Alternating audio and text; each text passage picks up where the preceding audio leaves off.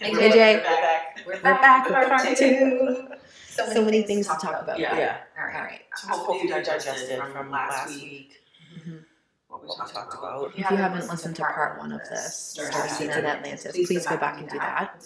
You need the setup to understand why this is important. Because we are jumping right in because we still have a lot to talk about.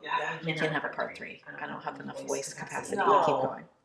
No. Right. So I'm going to take you through sort of like the history, like the cycle I was finding when I researched this. I want to shout out because I said a lot in the last episode about how there's like no research about this. One of the sources I found, what I'm going to tell you is like a mix of a bunch of them, and then I like further research each thing. But one of them was from the BBC podcast You're Dead to Me. About Atlantis. So I got a lot of stuff from there. So I want to make sure that I shout them out and edit them, and I highly recommend you listen to that episode. Okay. So Atlantis, the idea of Atlantis was part of mythology, and it was a story written by Plato. Okay. Plato was a real interesting character. Philosopher, doctor, mathematician. There's so many things listed. All I can say is that, like, I think if we try to, like, pull ourselves out of, like, trying to define him in modern society, and just think of him as, like, a leader of, like, how we should be thinking and, like, learning about the world, and, like, I think that makes it a little bit easier. Yeah, I was going to say the same thing. I think of him mostly as, like, a philosopher. So anything that I'm taking in that's coming from Plato, I'm looking at it through that lens, right? Of like, what is he trying to teach us about, like, life and being human and all of that? So he writes about Atlantis here. Okay. Atlantis is connected to gods, like all the stuff. You can. I'm not gonna get into that on here. Right. We can if you guys want an episode on the original story. But there's a lot of them, and it's. Yeah. I don't think it's as important because I don't see anyone in our industry actually talking about those stories when they're talking about the original, right? Yes. Okay. So people have taken this concept from Plato and like used it in so many different ways. Yep. So I found claims that Atlantis is located underwater in Sweden, the Arctic, Germany, Italy, America. So very many. I could keep going, but like. I've heard that. Throughout history. It's not just like in the last 5 years. It's like everyone claiming this. Yeah. Okay. Now, I want to jump from Plato to 1530.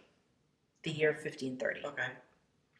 Was there Atlantis stuff happening in between that time? Of course. Yeah, those stories were being told.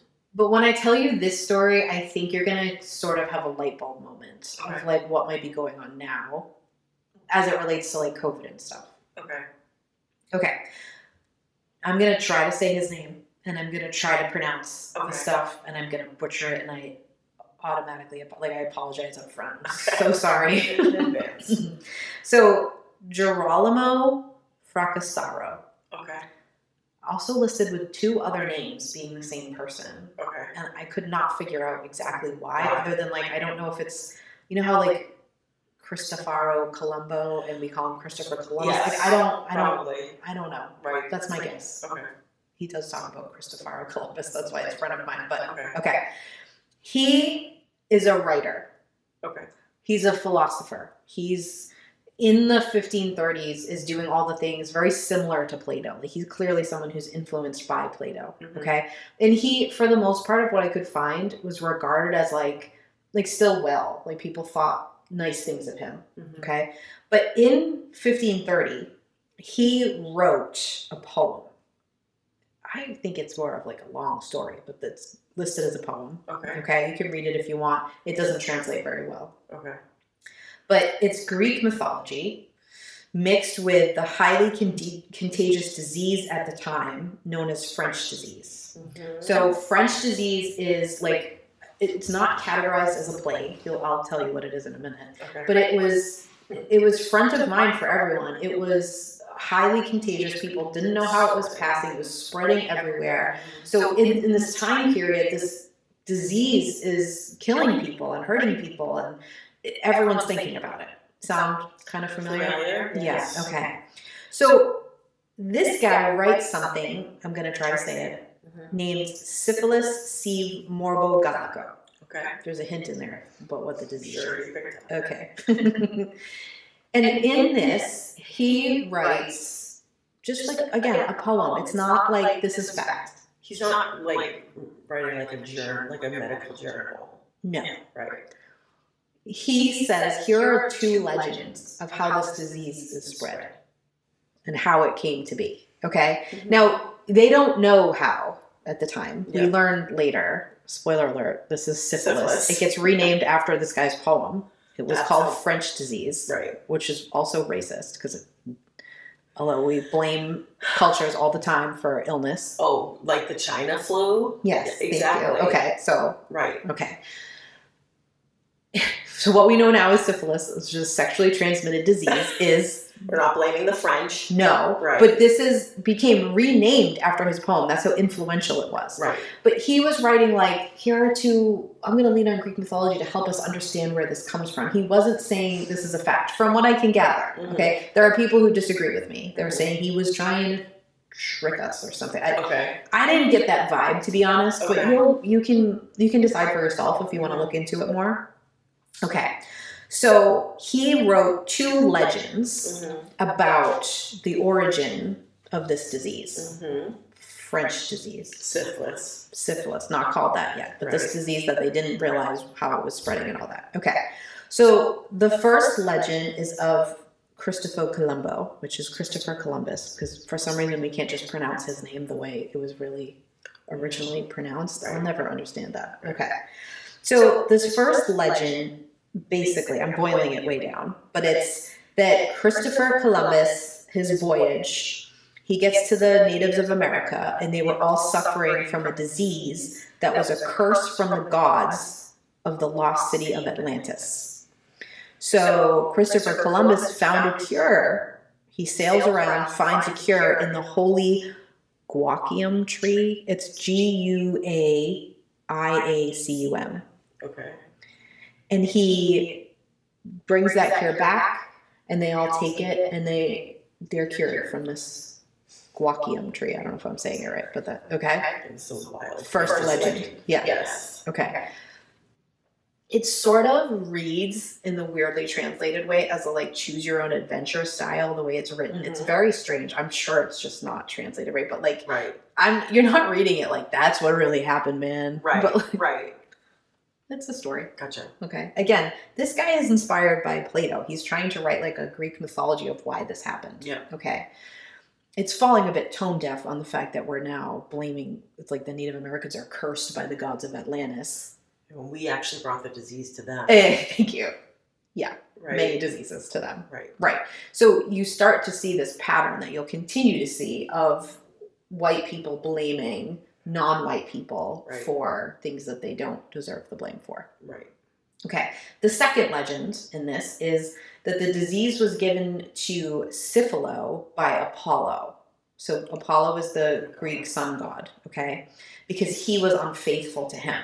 And so Juno, who is, I believe, Apollo's wife, does that sound right? Found the guacium, the same tree, herb, okay? And gave it to Syphilo, syphilis, this is where the name comes from, and cured him. Right.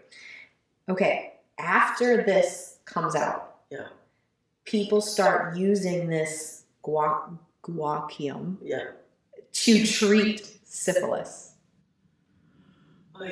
I tried so hard to figure out if it was effective. And I wasn't because I thought like he made it up and then it worked. But I was like, was this actually working and he was writing about this? Or was it just that like he wrote about it and then people were influenced to try it? Right. My best educated guess on that is that because he wrote about it, people tried it. Yeah. And I can't tell you if it was effective or not. My best guess is no. So the way that syphilis works, because you guys all expected a syphilis lesson here in this episode, the way it works is that the symptoms come and then they go, and then they come, like they flare, Right. and then they go away. Right. So in most of the stuff that was like very medical that I was reading, because again, there's not a lot of articles about, was this right? Right. Does this work? You know, Right. it seemed like it probably was not doing anything. Right. Okay. But also I'm trying to make sure I use my brain of like, doctors are always very skeptical about like herbology or anything Right. natural working to help. Right. Right. So I don't know, but I can't say like, oh, it definitely helped. No. And I can't say it definitely hurt because there wasn't anything to treat it at the time. So, right. Right. But it was so influential that people believed it. Gotcha. And it's important to talk about this because we're repeating it. Mm-hmm. And I'm going to go into more. But like, I'm going to show you some more times this happened, but we're repeating it now. So when you're like, why are you guys spending 2 episodes about this? Right. And you're like, you know, people are just putting stories out there and, you know, no one's believing them. Mm-hmm. Well, they have been since 1530. Right. So when we're mad that Starseed and Atlantis is being promoted and people don't know the real origin and facts aren't getting presented, it's like, well, this has been happening since then. Of course we need to, like, so much so that people were taking this as truth. Yeah, but they were like, oh, I'm going to take this herb, and oh, I think it's helping. So it must have been the Native Americans, right, that were cursed by the gods of Atlantis, and it's their fault we have this disease. Like, you can't, you take one little piece of truth and then you mix it with a bunch of things that aren't true. People believe all of it. Exactly. So this is the problem. Yeah. Okay. And it's a pattern that you're presenting. Yeah, and so think about that. You're claiming you're from Atlantis, where these gods are cursing non-white cultures. Disease upon them. Yeah, and listen, the stories are, and we'll get to this too, that the reason for the curses, because this isn't the only one. There's 1530 on, this narrative keeps getting repeated, and it's different people getting blamed. Yep. Okay, so this idea that like, okay, what's really happening is that white people should feel bad and take accountability for the fact that they went in their, I'm going to conquer this land, right? And I'm going to take it from these natives. And then you find out like, oh, look at all these amazing things that they contributed, right? And you're like, well, I can't give them credit for that because that makes me wrong. It makes me the bad guy. But if I say originally, it was full of Greek gods. Right. And then the Native Americans took it from them. So it's actually their fault. And actually all these accomplishments that should be credited to non-white people, the white people are going to take it because look, we were there first. Right. It's bullshit. Yeah, it's just this like strange societal rationalization that happens. All right, I'm going to now tell you about an American political person. Okay. From the late 1800s. Okay. And his name was Ignatius Donnelly. Okay. Can you just immediately tell us is a problematic white man by me just saying his name to you? Yeah. Ignatius, probably. Is that how you think it is? Ignatius? Yeah. All right. I'm going to pronounce it wrong to piss him off. Piss off his ghost. Okay. So this man, white man, has a string of failures. This is how the story starts. So all these stories start. The biggest one is that he created his own town. Right. And then everyone left and he was literally the last person there. Like nobody wanted to be in this town. Womp womp. The story of this, please go look it up. It's hilarious. Yeah. Okay. It's really the definition of like the audacity of a mediocre white man. Colonize a town. Start a town. Yeah, exactly. Okay. So this is like the last failure in the string of like very business type failures. And so what he decides to do to like reinvent himself, or like the next step, is to join the Republican Party. Cool. It literally sounds like Donald Trump. I know. It's literally like he's reincarnated. Huh? Okay. So he ends up leaving the Republican Party, but joins like smaller ones that are like sects of the Republican Party, from what I can tell. Again, this is the late 1800s, so it's always confusing as like the parties were a little bit different than they are now. Yeah. Okay, but you know what I mean. So the parties, multiple, because he keeps switching, he joins. All their taglines are that they represent the workmen and the small farmers. Okay. Also familiar. Yes. This is why I get pissed. Right. Because it's happening again right in front of our face, and it already happened. Right. And because we're not talking about it, we're promoting it again. Yep. Okay, I'll calm down. Maybe. Okay. They claimed that the public enemies were bankers and financiers. Mm-hmm. So it kind of reminded me when I was like reading this stuff of like Bill Gates created diseases through vaccine or whatever they say. He's putting microchips in you. Oh yeah, and with the vaccine. Yeah. Yes. The way they're blaming bankers and like. I mean, I have a problem with bankers. Absolutely. And the rich in general, but like. 100%. I get where you're going. You know where I'm like. Yes. It's like we're talking about the working man. Right. And these big bad guys are trying to hurt the working man. Right. But it's coming from a place of I'm just trying to manipulate the working man. Exactly. I'm not actually trying to get them anything fired good. up. Exactly. Yes. Okay. So how do you say his name? Ignatius, our boy, also decides that he should probably write a book. Oh, cool. So guess what he decided to write about? The art of the deal. Atlantis. The art of the deal. Isn't that Trump's book? Yes. Okay. He claims in the book that Atlantis was a real place. Okay. And he uses it to claim the cultural achievements of non-white societies. Again. What? Again. Now, am I saying that our boy, whose name I also can't pronounce from before, Girolamo Friscaro, who named syphilis, I think by accident, that he was like really trying to promote it to do that? I don't know, but he did. Right, exactly. Did Donnelly here, Ignatius Donnelly, whatever his name is, did he set out to do it for that reason? 100%. And it's because the ground was already laid. Well, it's because he was already a failure. Yeah. So he took the opportunity to prop himself up. When I tell you, I found so many examples of I'm going to use the story of Atlantis to claim like achievements of non-white societies. Right. Or to say white people were actually there first. It was so many. It was alarming. And I don't care. You can say, well, Heather, if you listed all the people who wrote them, they weren't anyone influential. There still shouldn't be that many. There should be any. But like, it's everywhere. And it's throughout history. It keeps going. It's still going on. Well, it's like the acknowledgement of the pattern that like this keeps happening. Mm-hmm. It's almost like this is almost like the sort of, it's like the theoretical colonization, or it's like the colonization through theory and through story. Yeah. Right? Like white people have literally colonized the globe. Right. Physically. Mm-hmm. But it's like through this storytelling that you're also colonizing. You're also taking things and making them your own. Yes. And then people are reading that. Yeah. And buying into that.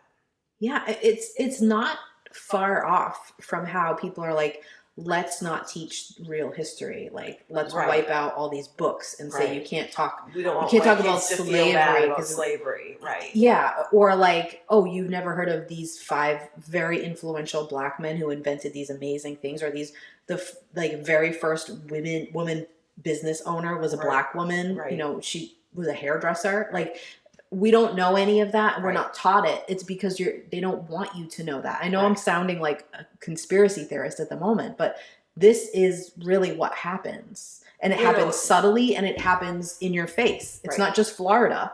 It's everywhere. No, right. Exactly. Do you know what I'm trying to say? Well, no, Florida is just, they're saying the quiet part out loud. Right. And they think that we're all going to eventually buy into it. Right. And they're right. Probably a lot of people are going to buy into it. Sadly. But that's why we need to keep talking about this stuff. So I realize it's not the same thing, but it has the same vibe of like taking your mind and making you think different things than what really happened. Right. And this is a part of, if you're listening to this and you're saying like, this, this is flimsy. Yeah.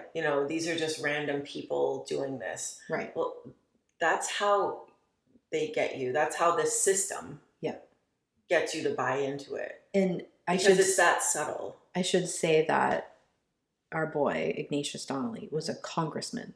He became a congressman. See? So you can't just say it's some random farmer political guy. No. Right, yeah. You know what I mean? Yes. So it doesn't matter if you're just saying like, oh, it's these, people who aren't important, but it matters the sphere of influence that they have. Correct. Okay. So I don't think this is new information for people, but apparently it is because it's very not Googleable. What?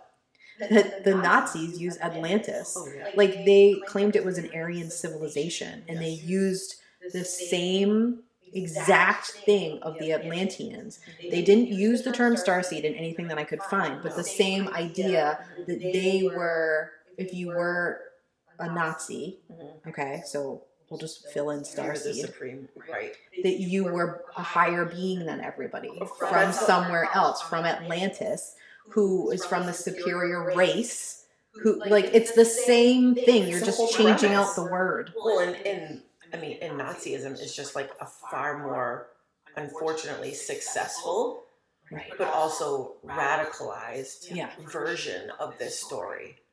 Yes, that's an excellent way to put it, an excellent point, because you might be like, well, in that last episode when you were mad at Rebecca Campbell, but like she's not using it in a bad way. But it's like, okay, but like the Nazis were. Right. And it's still a recycled thing. And like that shit works. Like it's still a problem. And do you want to be talking about anything that's tied to the Nazis? Right. Like can you but the Nazis? Because if you can, we've got a problem. And why are people going like, oh, well, Hitler. And Hitler wasn't the only Nazi promoting this idea, by the way. There's lots of other Nazis that people don't know their name, that like you don't even know, like some of the psychology that you're subscribing to and using is coming from very influential Nazis. Right. Like people, this is a whole other problem for maybe another episode. Right. You know what I mean? But like it isn't just one guy.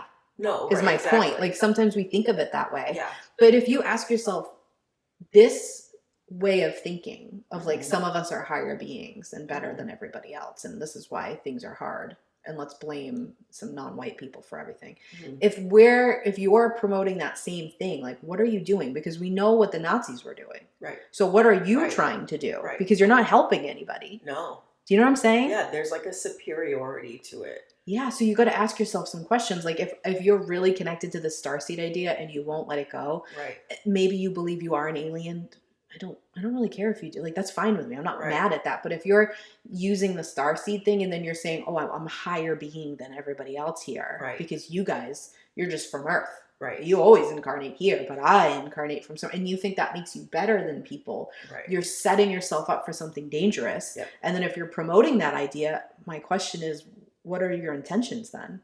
Yeah, or even if your intentions are good, like how do you know how that information is going to travel? Yeah. Like if you're spreading it and you spread it to the wrong person who's very susceptible, who's very isolated, they get that information from you, and then who knows where they run with it. Exactly. And who takes advantage of them down the line. Exactly. All right, so I'm in the thick of this research, and I have to stop like finding all the millions of examples of people using it badly because I need to move us forward. Right. But I have this question nagging at me of like, how did this idea become so prevalent in like this world, in like the spiritual world? Like, because I can hear where it is in white supremacy very easily, but I can't connect the dot historically in what I'm reading to how it's in this industry. And the answer bummed me out. So take it with a grain of salt because I can't tell you the intention of this person, and this is a person who was very influential in this sphere, also controversial, but like I was surprised. And it's Edgar Cayce. Oh, right, you said that. So he's dead now, but he was a very famous. He identified himself as a psychic. You know, he used that term, and he made lots of predictions. He has a lot of quotes that are still shared, and like a lot of contributions to this industry that are really good. Okay. Was he a wacko? Absolutely. Yeah. But like, were there some good stuff in there? Yeah.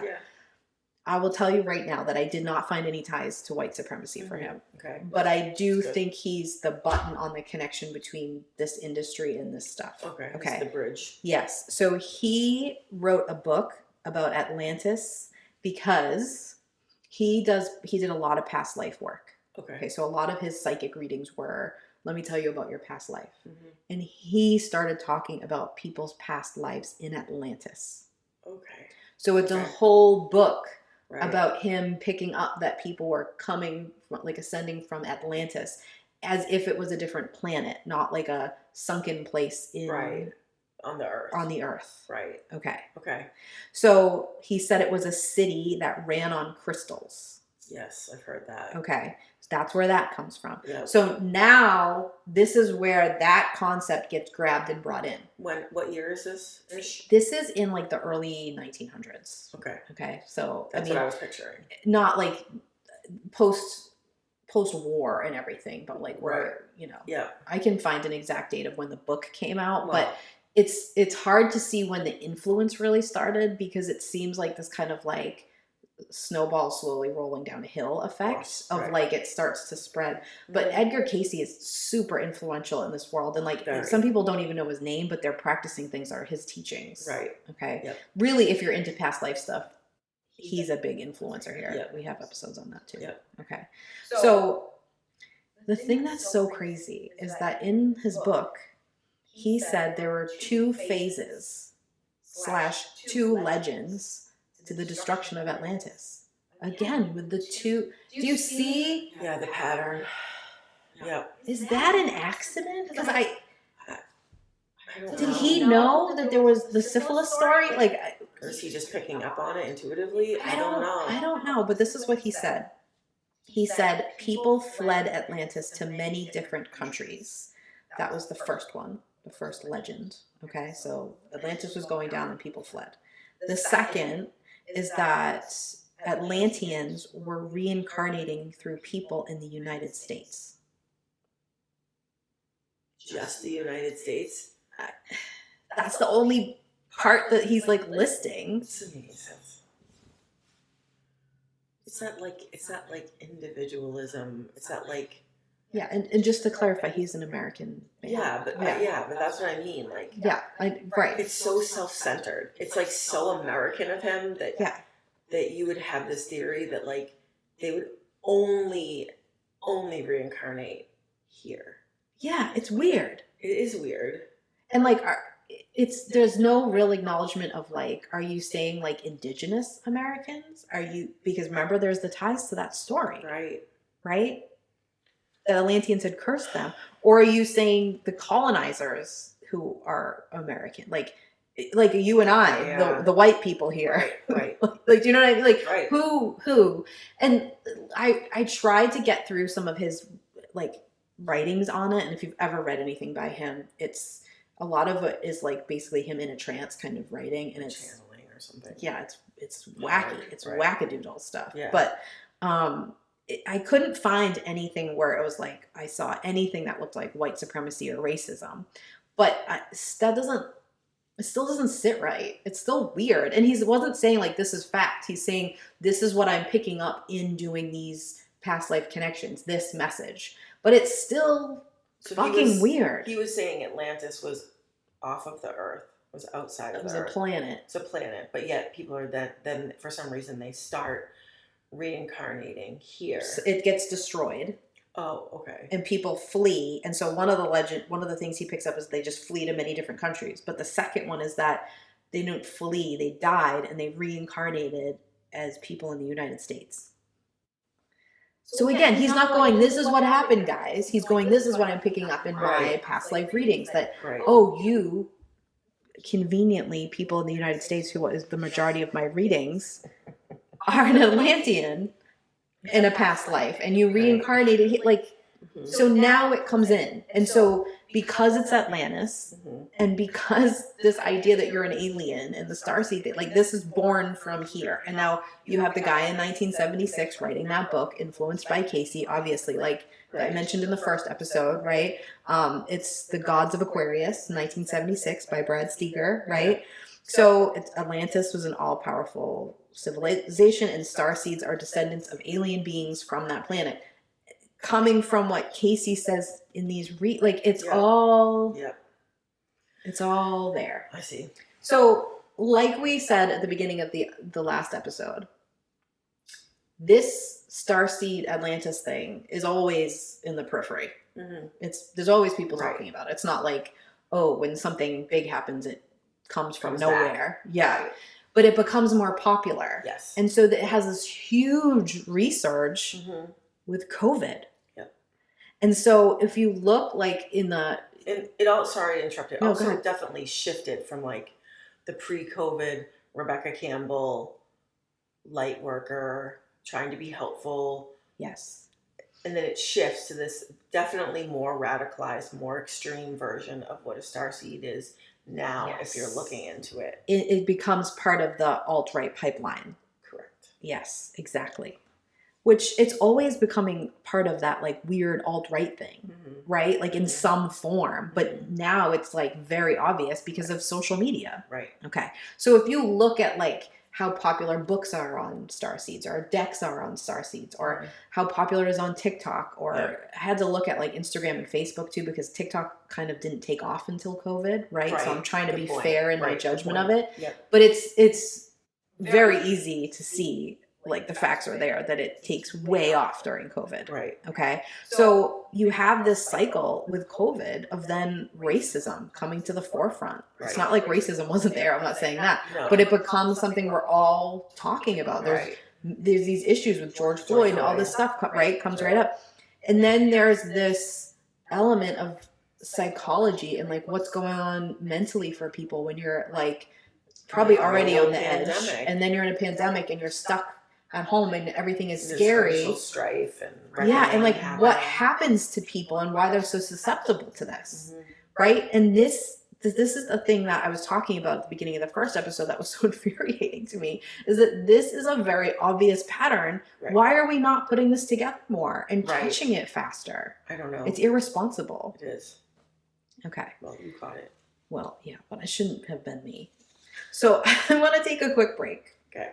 When we come back, we're going to talk about megalomania because it is so tied to this. I think it's like the bigger issue also. Yes. Right. And then I am going to very carefully show you or have you listen to some TikToks of why this is so dangerous. There's a person they're a great example of the slippery slope we have going on here of dangerous. Because you, in case you're still thinking, we get all the way to here and you're still like, Heather and Jamie, it's okay. Starseed stuff isn't that bad. Hopefully that will seal the deal for you. I think we lost those people a while ago. If you're still here. Or maybe this will help you if you have those people around you and you need to like be able to use these kind of tools. Correct. Okay. Let's take a quick break. All right. Okay, Heather. This is a pattern I've been noticing with you and I. We have a pattern? I think so. We probably have a lot of patterns. I think we have a lot of them.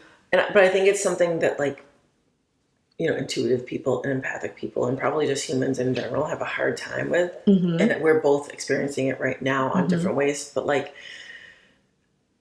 I've been noticing that you and I are both choosing to leave things.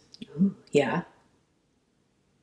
But how hard it is to leave before you have to. Oh, like when the universe doesn't force you out of it. Right. Yeah. And how much harder it is to make changes. Yeah. And I think that we as humans in this like very patriarchal, egotistical society, that we wait until our hands are like tied or we're forced. Yeah. And then you make a decision out of duress. Right. I do know. And it's a lot harder to just be like, I think this part's done. Well, the thing that, again, I don't think people say when they're talking about like leaving something or making like a change in their life, right? Is that it's not always like because all of this is bad and all of this doesn't work for me anymore. Right. Right. There's like, hey, there's all these elements that are still great. Right. But my intuition has said time to move on. Right. And I know for myself personally, and I know for you that like, that's a hard process to leave. Something that's good. Yeah. Right. And we're not talking, it sounds like we're talking about our marriages. Oh yeah, we're not getting divorced. No. Don't start that rumor. We're both. But I think it applies to that too. It does, yes. I agree. Like, I think some people won't leave a marriage until it's awful. But there's these good parts. Right, but you could leave just because you know you could be happier somewhere else. I think a lot of people, and I think especially women, have trouble just being okay with the fact that something doesn't meet their standards any longer. Right. I think that's a really hard thing for all of us. Or there's just like a next step that might be better. Oh, there's something else calling to me. I'm going to go. But like, our culture teaches us that you're supposed to like do the same thing forever. Like, pick a degree. 40 years. Yeah, and like do that job for 100 years and like, oh, you wasted your degree or you wasted all that time. Right. And it's like, why don't you go try a bunch of shit? That would be way more fun. Exactly. And be a newbie at something. It sounds so simple to be like, oh, that thing over there, like, yeah, that looks good. Let me go try that. That sounds simple, but it's actually really hard. Yeah. To leave something. Yeah.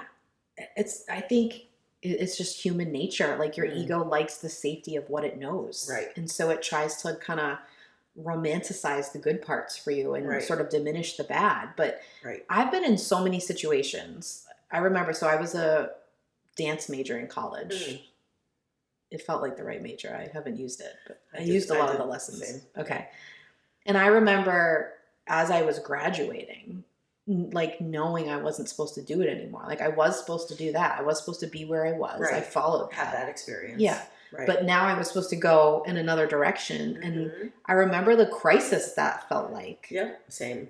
Because then you have to admit that that's not going to be the next step. And what the hell is the next step? Right. And what the heck do I do? Like, it's hard to be a cyclical human being. It's hard to be intuitive, because super intuitive people, yes, we pick up things. Woo. But we also have incredibly strong desires and feelings. Right. And we can't do stuff well if we don't feel like we desire it. Exactly. So when you stop desiring something, you have to move on. You do. Yeah. It's so messy though. Yeah. So just remember that if you're in a place where you're like, oh, but this, or this part's so good, or you're feeling called to something else, like, maybe give it a shot. Yeah, and like, don't let everything be so black and white. Right. You can probably return to the old thing. But go try the new thing. Right. Exactly. Okay, let's talk about megalomania. Okay. Because this is why this issue is why this works. Yeah. And I want you to be able to spot it, because when I explain it to you, you're going to think of a bunch of influencers, a bunch of creators. You're going to think outside of this world. You're going to think of a lot of celebrities. It's a big deal. Yeah, you're definitely going to start to picture people. Okay. I think we're picturing some of the same people. We'll talk about it after. Okay. So the definition is a highly inflated conception of one's importance, power, or capabilities, as can be observed in many individuals with mania and paranoid schizophrenia. In the latter, megalomania is often accompanied or preceded by delusions of persecution. Right. Okay. We're gonna talk about something, and we're gonna be really vague about who we're talking about, and not because we're doing that like phishing thing where we want, like, when people, remember in like early Facebook land, people would be like tag themselves at the hospital and they wouldn't say why or what was going on. Yeah. But I won't tell you why I'm here. Yeah. I'm not trying to do that, but no. I don't want to say this person's name. Okay. But we both know who I'm gonna. Oh, do we? Well, you'll know. You'll get there. And eventually we might end up talking about this person, to be honest, because there's stuff going on. But there's a person that we both follow who is a pretty well-known psychic medium. Oh, yeah. Yes. Yes. I know. Okay, got it. She got it. That was got there. Small amount of details, and she got it. We have been watching her mental health deteriorate, and what happening as that's happening, because megalomania is at play. I'm not a psychologist or a professional mental health person, but based on what I'm watching in her behavior, I'm gonna tell you the 7 traits in a minute. Okay. I can see that there's something going on that's causes, and she's gone from being pretty liberal to spouting QAnon stuff. Literal QAnon propaganda. Yeah. And for me, it's the first time that I've seen the slide down the pipeline happen in real time. Yes, like we know of Doreen Virtue and Christiana Northrup. We've talked about them. Yeah, right. But like I didn't watch Dr. Northrup fall. Yeah, fall. Like she kind of left my radar, and the next time I saw her, it was like QAnon, Telegram, tinfoil hats, literally. Right. This person is like I'm watching the stories on Instagram as they're posting them, and I'm like, talking about the Clintons, talking about Epstein, talking about like pizza parlors with basements that don't actually exist. I've never actually seen that happen in real time. I will say that seeing megalomania, no, that's not the only thing going on, but like megalomania is clearly part of what's going on for her, right? Because you can see like the persecution. She's saying all kinds of things about how people are after her, trying to kill her, literally kill her. Yeah, okay, like you can see all of this, right? Mm-hmm. So, but what I think sometimes starts as megalomania ends up putting someone on a slippery slope to some other big mental health issues, right? And we're not catching it. We're like celebrating these people. Yeah. Now, something that I think with watching someone who, she's younger than us, but I don't know. I have a connection to her through another person, so I sort of. Oh, I don't know. I don't know her, but like, do you know what I mean? Yeah. I watched her rise to fame. Yeah. Because I followed her before she was famous. Yeah. Yeah. She had a show. Oh, okay. But so this all happens, and like it gives you like another, like a weird dose of empathy. Yeah. Where I'm like, this is alarming and bad, and I'm mad, but like I'm also watching that you're so mentally unwell, and I want you to get help. And I don't know you well enough to come help you, right? Like this is why I'm not saying her name, because some of you might guess who we're talking about, but that's fine. But like, do you know what I mean? It's also like, oh, she's got like a young kid, like is this a postpartum? Like it gives you this other view of like the mental health crisis involved in this kind of thing. Does that make sense? Yeah. But you can also see the responses, like you're saying, they're split almost 50-50. Yeah. Where people are like to your point, where people are encouraging you, yes, and like believing you, and like cheering you on, right, down the pipeline. They think you're right, and they want to be like, yeah, I was here when that person had this revelation and they changed the world. Yeah. But then you see the other half of the people that are like, are you all right? I'm going to call so and so. I'm calling CPS. I'm calling, like, literally people are posting that. If you know this person, get them help. Like so you can see the two reactions happening, and it's scary. And there's such a still, I mean, obviously mental health stigmas are at play here, but also with women having a mental health breakdown of like immediately everyone just being like, oh, lock her up or something. And it reminds me of Britney Spears, where it's like you wanted her free and now she is, but you don't like that she's dancing like a crazy person. Like you don't get to pick how she exists, right? Like, but you sort of see this like, oh, she's having a mental health break, so let's like make fun of her or something. Like, do you know what I mean? I don't know. It makes me uncomfortable. Yeah. But anyways, it's a real time example of megalomania grabbing someone. Yeah. And I think there were probably signs before it. I wasn't like super watching her stories or stuff, but like I think she was sliding there. So I want you to know this, because if you had a reading with her and she like connected you and like it was a great reading, like talk to your dead grandma or something, like it was great, like, and then she starts doing this, like you're susceptible to believing that because you saw some truth in her and now she slides here. And this is why it's important to identify what's actually happening. Correct. And as I'm sitting here, I'm like dying, like squirming that we're talking about this. Oh yeah. Like that I feel like it's like I feel like we're talking shit. No. But we're actually not, because I went and looked at like our mutuals. Oh yeah. And there are a lot of you. A lot of you that are following her. Yeah. And so I would hope that like our listeners would like know better and like be aware and stuff like that. But this stuff, like if it's someone that you trust, someone that you've had experience with, that like you connected with, if someone like that starts saying this stuff, it's probably easier than you think to buy into. I think what it looked like happened with this person sort of felt like a quick flip. Yeah. It felt like a break. But yes, but I think what happens with a lot of people is a slow slide. So it's sort of like sneakily being handed to you and you don't realize it. Correct. Yeah. All right, let me tell you some of the traits. Okay. These are very like medical, so we'll discuss that afterwards. But presumptuousness, so they believe that they are essential. Okay, the world cannot go.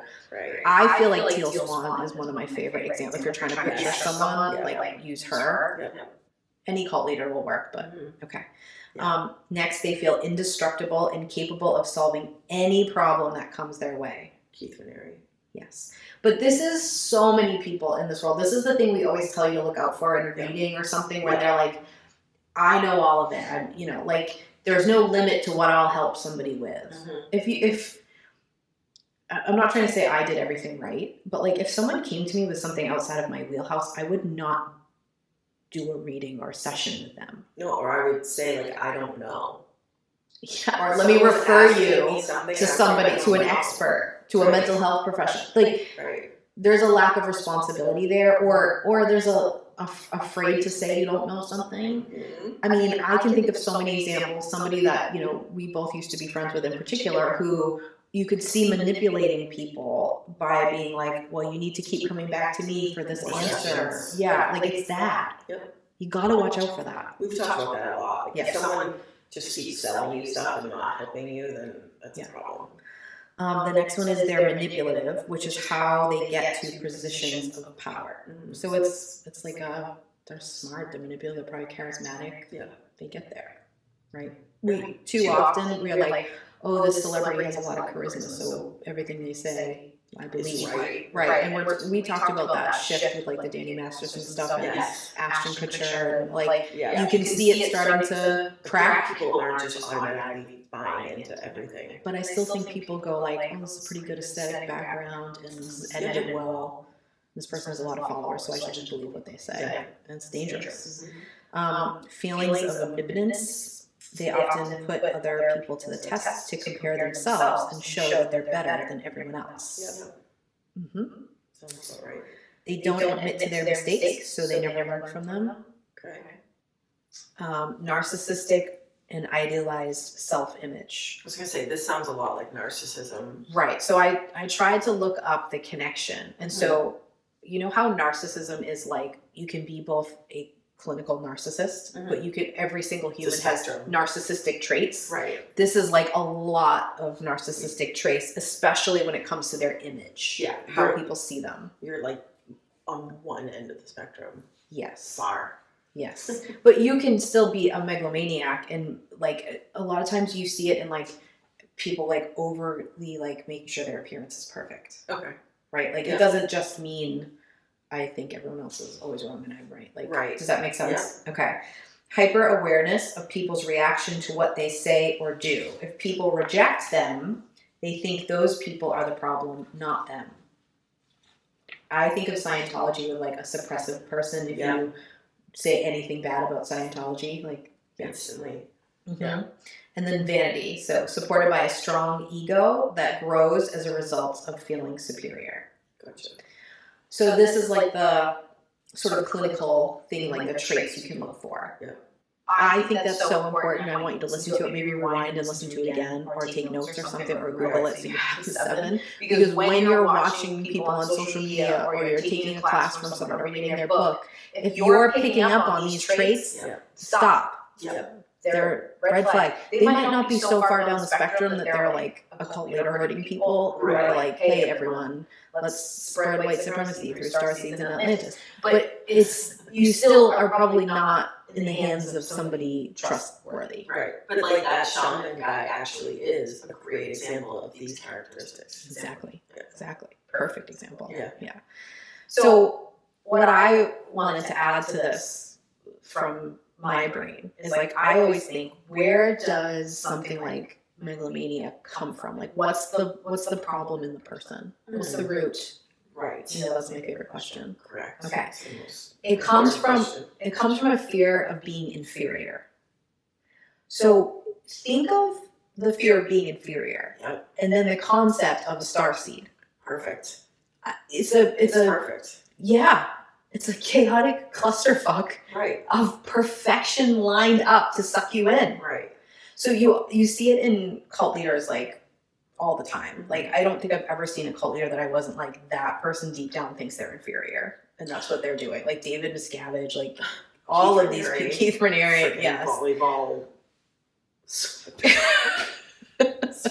on yes, his head. Like it's this complex. It's anyone who's always trying to like prove how smart they are. It's like, well, why don't you think you're smart? Overcompensation. Yes, thank you. Right. So this fear, in order to deal with it, instead of addressing it and looking at it and doing work, they go to like megalomania, like an extreme to feel superior. Right. So if you boil that down to this tiny little version of that, like way watered down version, you have that person sitting there feeling inferior because they're super intuitive, super empathic, and feels like the world is crazy. It is. Yeah, which is, I mean, both of us are those things, so I don't know that we're, like, everyone's going to trust us, but, like, it doesn't, it's really messed up, and not many people care about it. It's okay that you have a tummy ache about it. So do we, right? Like, but you take that person going, like, maybe all of this is because I'm from another planet. Correct. It's the same concept. Right. It lightens the load. Yes. Right? Like, if you can buy into that story. Yeah. If you can suspend disbelief. Yeah.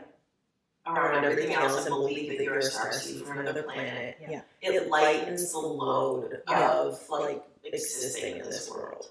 And are you the Rebecca Campbell version of a starseed? If you're connecting to like the idea of maybe being an old soul and like wanting to like really understand purpose and all that stuff. Yeah, but can we please kill that term and do something, talk about something else? Right. How about just being an intuitive, empathic human? Right. Right? Like, why does it have to be this superiority part of it? Like, why can't we just kill that off? Yeah. I mean, it's tied into people not understanding intuition, not understanding empathy, and using the terms wrong. I mean, there's still people, we've done a whole episode on it, but like saying like, oh, you're not artistic, you're just a starseed. You're not this, it's just that. Like, no. Exactly. And that tie into mental illness and things like the starseed and things like, you're not autistic, you're just highly intuitive, or you're not intuitive, you're just autistic. Like, those are all the same problem. This idea of like, instead of working on the stigma of mental health and actually as a country and as a society going like, let's do better here, let's do better research, let's actually like for once throw women in the mix when we're doing tests on stuff, like, or give people health care, like universal health care, so that people can get treated for their mental illness. Instead, let's just excuse things and like blame alien being, that you're just an alien, no wonder. Right. It's frustrating. It really is. And I see how you got down the slippery slope there. I see it. But it's time for us to stop just like letting it continue. Right. Well, if you're a person that's mentally ill, or you're a person that's neurodiverse, and you don't feel like you have any supports, you don't feel like there's any way to manage the needs that come with those two different things. If you're like desperate enough or isolated enough, it's going to actually be an easier like diagnosis. It's going to be an easier story to buy. Yeah. That you're a starseed and that you just vibrate differently and you come from a different place, and that's why people don't get you, and that's why meds don't work on you. It's this polarization of these concepts, and like it reminds me of why a lot of people become like anti-vaxxers and get sucked into that pipeline of like, that's a great point, like all natural stuff and all like earthy crunchy, and then all of a sudden they're at the Capitol, and it's because like, well, the doctors weren't listening to me, and this natural supplement did work. Right. And so then you're susceptible. Now you're taking ivermectin instead of getting a vaccine. Because it's the slope that you slide down. And the thing is that like both things should exist together. A doctor should listen to you if you took something natural and it helped. Correct. We still live in a society where a man can send a woman to be locked up for her mental health because he was mad at her. Right. And people just believe him and not her. Like, of course this is a problem, but we're fighting in the wrong direction when you start bringing these kind of concepts in. Exactly. Okay. I could keep going about that, but I'll reel that part in. Well, and then you have people talking about starseeds and stuff, and no one wants to take intuition or empathy seriously. Right. Because you're talking about this. Exactly. All right. I have to tell you about a creator. We're not talking about their name, though, right? Are we saying their name? I've gone back and forth on this. I feel torn on it.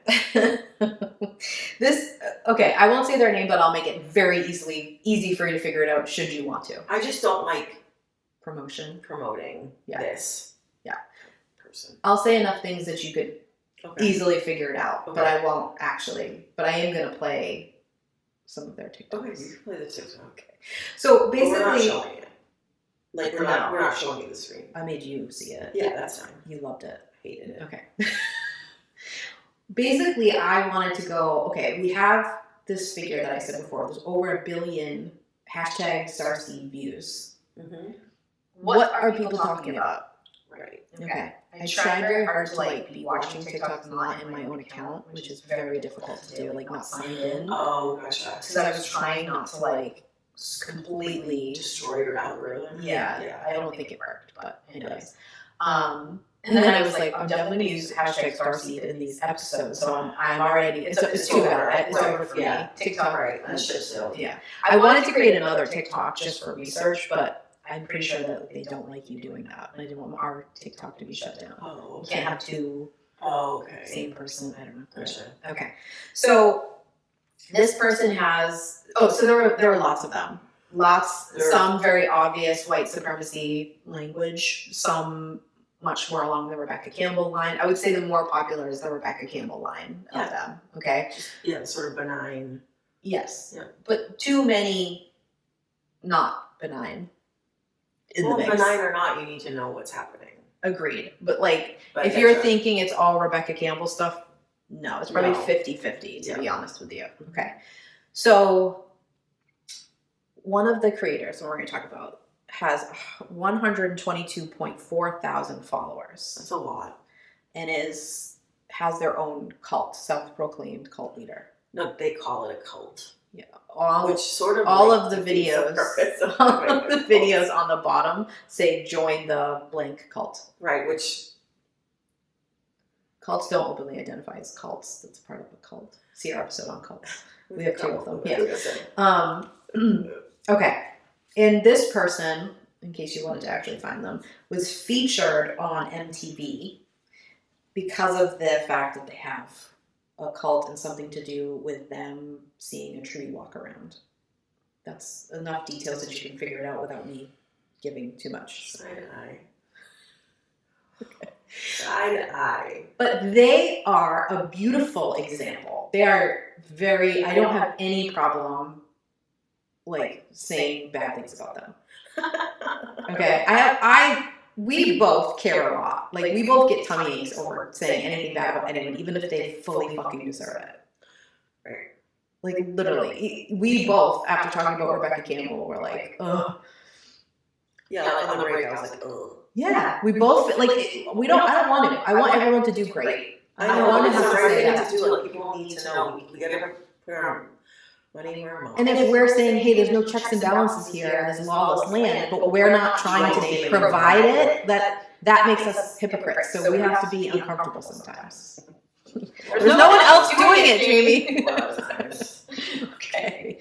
So the content in this person's is so awful and dangerous. Yeah. But I want to play a few clips for you to listen to because I want you to hear the slippery slope. The ones that we're going to play perfectly illustrate the slope. Yeah. There are different levels of toxicity. Yes, exactly. And some of them you can tell she's starting you out nice and easy, dipping your toes in it, and then it just gets progressively more obvious and more radical. And that's the thing about something like TikTok, where you can watch 1 or 2 videos, they just kind of come up on your for you page, and you didn't go onto the person's page and look at all the stuff they stand for. You're just oh yeah, But then you get bored though. Right. So you're slowly being indoctrinated into this stuff, right? Just in the way that it's set up. Yeah. Okay. So I'm gonna play some of these. Mm-hmm. I'm gonna afterwards have you sort of describe the visual elements that people need to know that's included here. People ask me, how do I know if I'm a starseed? But nobody seems to ask, what is it like to be a starseed? Starseeds are alien consciousness born into human bodies. Because of our unique energy signatures, we have pretty hard lives. Being a starseed is a super lonely experience. It feels like nobody understands you, and it feels like your family is far away in space. Starseeds have a super different energy signature than other Earthlings. Because of this, they're often diagnosed with severe mental illness because of their inability to just go about life like nothing is wrong. They can see the corruption in place very clearly. The positives are that you're usually super smart and also really psychic. And if you can learn how to master your interdimensional traveling with your conscious energy, you don't have to feel lonely and you can connect to your family in space. Also, as the internet expands on these topics, you can find other starseeds like you. So that, I mean, you and I, and probably most of our listeners, can hear the problematic elements of that. Yeah, I mean, there are highlights of her targeting. But can't you see how some of that you're like, okay. Yes, the aesthetic is very, like, cute. She's a white girl. She has, like, a little heart on her shirt. Yeah. Little iridescent heart on her shirt. It's like everything that you would think. Yeah. She's well spoken, well articulated. She has that like sing-songy little girl voice kind of thing going on. Yeah. And like she's attractive. As, she's presenting as factual and not trying to. It doesn't feel like a sell. Right. It is. It is. It is. She's targeting some weaknesses. Yeah. But it's pretty like you could see how someone would give that a like and move on and then And I can also see how you would relate. Yes. As people who are intuitive. Yes. Who are empathic, like you do feel like you don't fit in. You do feel like you don't, it's harder to connect with people. Yeah, and it doesn't matter how many times someone says like, oh, that you don't fit in because you were born to stand out, and we get that. Yeah. Got it. Susan, but it's also really painful, especially to grow up feeling that way. Yeah, and it's also really, really dangerous. Yeah. To talk about someone being mentally ill and then writing it off as just being intuitive or just being of a different frequency, or what'd she say, having a different energy pattern. Yeah. Like signature, I think. Signature. Yeah. Like that's incredibly dangerous to even hint or suggest that someone not be aware of their own mental illness and then just see it as like being a starseed. Like that's that you're creeping on teal swan levels of being responsible for people harming themselves. Exactly. But can't if I'm hurting your feelings saying that, too bad. Like your people are going to be hurt by you encouraging them to dismiss their mental illness. Yeah, and people who struggle with serious mental illness are going to hear that and want to punch you in the face. Or punch themselves in the face. But it's so unfair. Oh, it's just because of this. It's so dismissive. It's super dismissive. Yeah, I hate it. But can't you see how someone could hear that and not realize it's very problematic? Yes. That's the scary part. Okay, now I'm going to take you a step worse with her. Further down the pipeline. Where bipolar or manic depression is a disconnection in the chakra system. Usually it's a disruption of the solar plexus chakra, so sometimes you're stuck in these lower chakras and you become depressed, and sometimes you're stuck in these higher chakras and you become manic. No. For manic depression, I think the best thing about it is that you get empathy because you experience such a wide range of emotions. Obviously, it's not a good time. The way to heal it is to sort of get an awareness, become an observer of your experience so that you can pull your energy out. Watch yourself going through the emotions. Don't attach to feeling bad for feeling bad or feeling good for feeling good. See it from the observer perspective of non-duality and just send yourself love. As you do that, you'll be able to reconnect the chakras through that solar plexus personal power system. Medications work for a lot of people, but they never worked for me, so the spiritual process is what has helped me. Bipolar or manic? Leave her name in. Leave her fucking name in. So now you can see it amped up worse. Correct. Again, people could still not catch that that's bad. They could think like, oh, I relate. Like she's saying things. That's how I feel.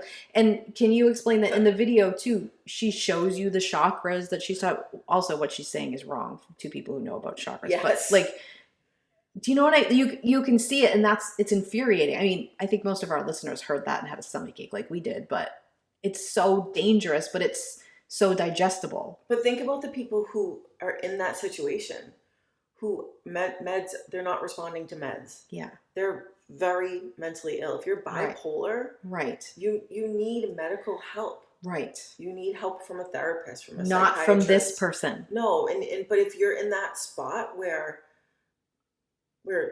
things aren't working, that you would easily glom onto that and join her cult because you need some sense of relief. It's taking advantage of somebody who's in a hard spot, right? Who's easily manipulated because of it. And then in another light, it's also to the people who aren't feeling as desperate as the people we just mentioned, right? That really need help, but people who are mentally ill, who are struggling. It's incredibly condescending to say, just take out the duality of it. Just be aware. Just know about of your how chakras. Your moods are cycling and what's happening in your chakras. Are you kidding me? I know. Like, that's so condescending and so infuriating to hear. Mm-hmm. I know. I'm with you. Unacceptable. All right, I'm gonna play only a few seconds of one more, and this is to demonstrate the problem of only seeing a few things and like not looking into someone. Like what you could have shared one of those videos because you were like, oh yeah, like sent it to somebody or like reposted it or duetted it or something. Or you saw the first video and you followed her because you're like, no, give her another follower. I like that, like that track. I some of that tracks. Watches, people viewing it equals money for these people, right? For this cult. You don't know that, right? Right? Right. Okay, so we went back and forth of even playing any of this. I mean, this is embarrassing. First of all, she should be embarrassed by by this, but it's also very dangerous. And some people are going to buy into it. Yeah, because you've already bought into the other things. Right. Okay. So I'm just going to play a few seconds and then I'm going to have you describe what's going on. Okay.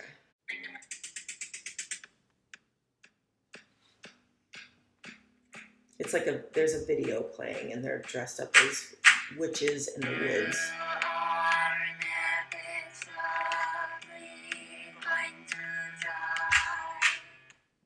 I'm not even playing anymore. What did she say? You're inevitably going to die. Yeah. That's what, like, they were in the woods with like cloaks on. Yeah. It sort of has like an 80s music video vibe. It's like trying to be something. It's like whatever you're picturing as like this sort of woodsy, witchy aesthetic. It's trying to be that, but it's not pulling it off. Yeah. But it's like you could have done a better job of it when you were like 6 playing around. But they're saying like you're going to die. Yeah. So you might as well accept your third eye or something like that. Right. And talking about time not being linear and like. And then on the bottom it's flashing to join the cult the whole time. Right. Because they're starseeds. But this is, I know it's cheesy and it's stupid, and if you end up going to look at But there are people who would buy into that, who would feel connected to that. There are lots of very nice comments about it, right? Of people in this, but they're also using technique of the way she's singing. She's chanting in a very monotone voice. Which we've talked about. We know Teal Swan uses that tactic. That's a brainwashing technique. Yep. So even if she's failing at it, she's attempting it. Right. Is my point. I mean, I'm being bitchy as like an outsider, being like, your aesthetic sucks. Like, you're not pulling it off. But you should be, because people are going to dismiss it, how dangerous it is because of that. Right. Right. But the thing is that by the time you got to that video, you may have already been brainwashed into believing this stuff. You've already bought in. Right. So then you're going to be like, oh yeah, this is great. Right. And you're going to look beyond like the aesthetic. You're going to just think, oh, well, it's low budget because the cult needs more money. Exactly. I mean, and the comments on that are scary. Like, people buy heart emojis, people loving it. People this agreeing. Is such a vibe. Like, yeah. So, yeah. So that's how you go down the pipeline, is you start with, and like, this is all very intentional. Like, she's doing that on purpose. Yes, this is from like the cult playbook. Exactly. It's not somebody who, do I think she could be mentally ill? Yeah, I mean, she says she is. I believe her. I have no reason not to, but like, just, that's okay. But like, now you're trying to hurt people. Right. Like, we're not doing that. Okay. So I would just like to wrap this up with a call to people, because these are the things that I think we really need to have. Like, I want these things to be studied, and I volunteer to help. Like, I'm just going to put this call out to our listeners and to the universe at the same time. Yeah. I would love for there to be a study about like native and pagan cultures. Yeah. In their view on something called star people versus what we see as star seeds. Because a lot of the things I was reading were claiming like these concepts were in these cultures. But star people and star seeds were not the same thing. But I don't feel like I should be representing what like Native Indigenous Americans meant when they said star people, just because I read a few articles. But I do think that should be looked at, because there's a connection, and people are using that against, like, for white supremacy and against those cultures. Well, and it wouldn't be the millionth time that like we've taken something, appropriated it, and completely twisted it and ruined it. But it's an argument people are using. They're like, well, there's star people in this culture. Like, look at the Native Americans with their star people. Yours. And it's not the same. Right. And no one was using it to brainwash people and for white supremacy. Do you know what I'm saying? So I would love to see that studied. I'm saying I noticed it, but I'm not qualified, just me, the white girl, to like speak on that. I would love to see more comparisons of that so we could shut that down. Just more conversations in general about the Starseed Atlantis stuff. I called for this at the beginning of the first episode of like, we don't all just have to yell at each other. Like, if you're having trouble getting rid of like the Rebecca Campbell element of it, let's talk about it. Let's have a conversation about it. And if you see it, comment, call it out, say like, oh, this is, but do it in a way that someone might actually receive it and listen. Right. Yeah. And report dangerous people you see online. Me too. But like, I know sometimes like the person we were like vaguely talking about, I'm not gonna go report them, because this is obviously like a mental illness. Like, obviously people can see that that's going on. Yeah. But there's a difference between that and someone like Teal Swan or this person that we played some of their TikToks, who are like purposely trying to brainwash you. Yeah. There's a difference there, and make sure you see it and report the people who need to be reported. Yeah. It takes 2 seconds. It's worth it. It is. Yeah. I mean, if the algorithm is going to work for them against you, then you got to play in the system you're in. Yeah. So you use that system, the social media app, the platform, you use it to fight back. So you use it with... This is where you can use your white lady Karen-ness to help people. Correct. Call this out, report this. Right. Report the content. Yes. Use it here, everyone. Yes. It's a good place to channel it. Right. All right, I need like so much coffee. Jesus. All right, we need a nap and coffee. Let's go.